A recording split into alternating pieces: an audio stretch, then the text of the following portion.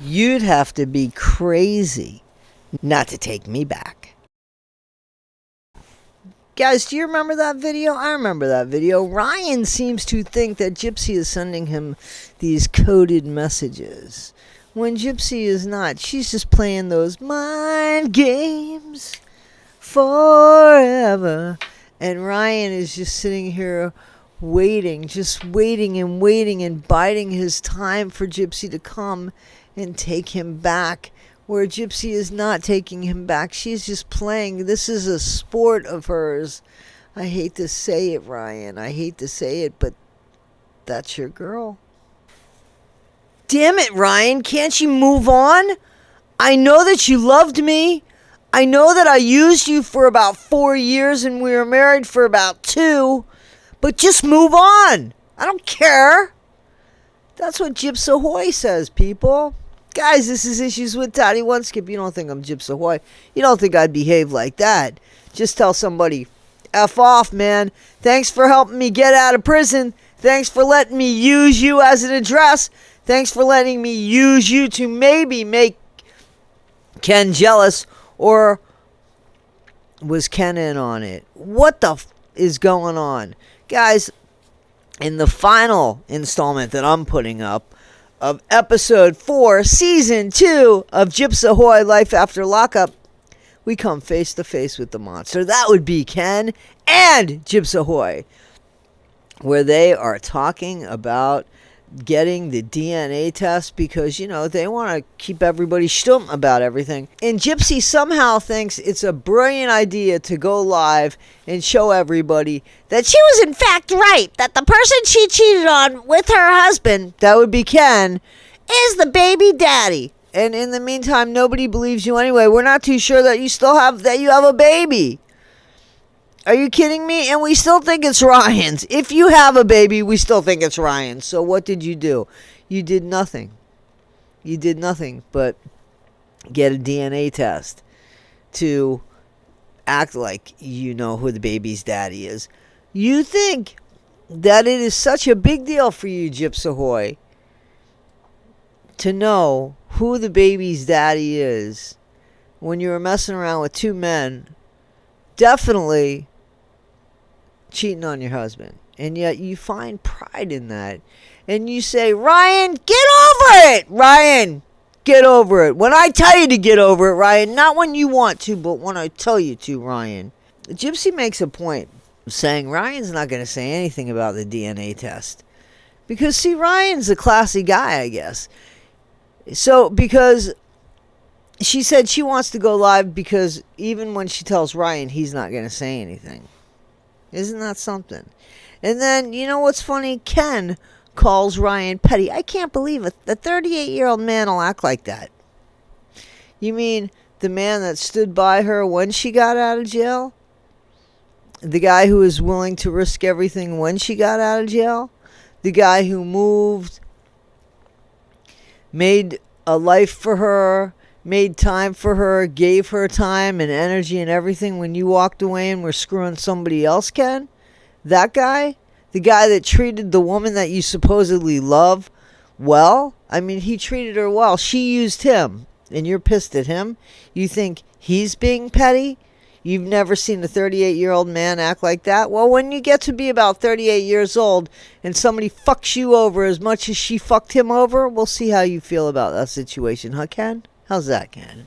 You're just unbelievable. Unbelievable. So, and just so you know, when Gypsy's talking to Ken in an episode or, you know, one of the shots in the show, he's using the blender. He doesn't even want to hear her. Now, she's patiently awaiting for him to finish with the blender. Had that have been Ryan, she'd have picked up that fucking blender and everything in it and poured it over his head. But with Ken, you know, Ken gets everything he wants. And then, you know, and then Ken makes this comment about how Gypsy, you know, is not really eating all that much. It's not even that she's not eating all that much. It's just that he makes a comment about, I guess he assumes she should be eating more being that she's pregnant. she kind of has a little fit there because she's like, that's how rumors get started. Don't say anything. You know, people are going to think I'm starving myself because I don't want to get big. Listen, as soon as you had this kid, if you had a kid, you gave yourself that Ozempic shot. You don't give a shit about anything. Nothing. It is more important to you that you look good than that you're a mommy. That's all that matters to you, is what everything looks like. I said that in the last video. It's not about anything other than the picture, how the photo looks. So yeah, so that happened. And Ken is upset because he's like, every day there's going to be another rumor.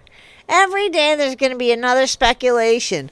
I'll tell you, you know how you can avoid that? Stay the fuck off social media. Nobody would say anything about you because nobody would know anything about you. How's that work?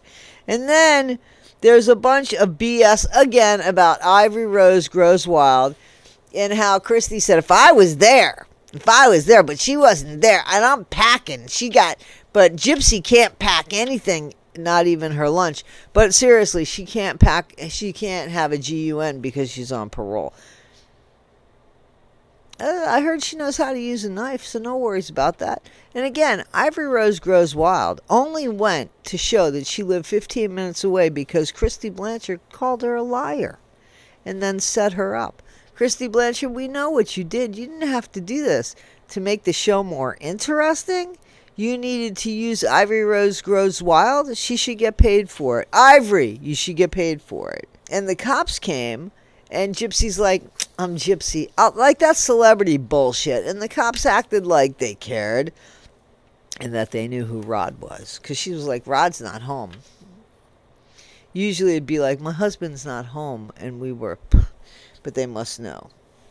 They must know. And again, it keeps, they want it to go all the way home with this one. They're having a DNA test. Not so much for the public, but for Ryan. Except at the beginning, it's more for the public because she wants to make the announcement. But then it becomes more for Ryan. I can't figure it out. Ryan says,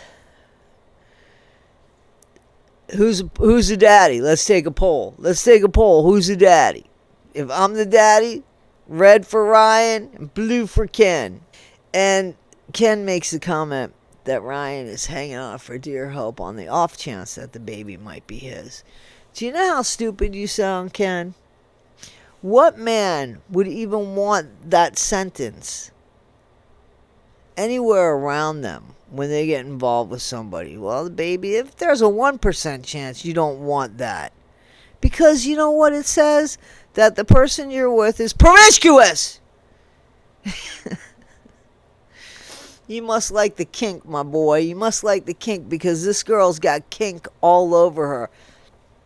Take your kid and run. Ken, if that's your kid, take your kid and run. And if you can't do that, deliver your children to the good life, says Paul McCartney. Give it to the grandparents. Gypsy Rose is an unfit mama. You know how we know that? She shows us. She blows in the baby's face to get the baby to stop crying. She pushes the baby's head so that it bounces back. She's never been around children to be a mama. Last time she wanted to push the eyes in the back of the head. That was the last video, guys. You know what I'm saying? Guys, this is the conclusion, like I said, to episode 4.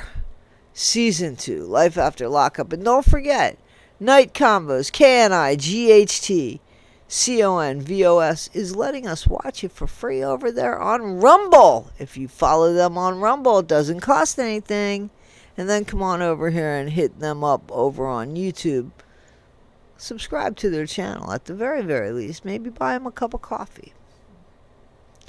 Guys, don't forget, be better today than you were yesterday. Not half as good as you'll be tomorrow. Always, always be kind. And, you know, DNA tests, how about this?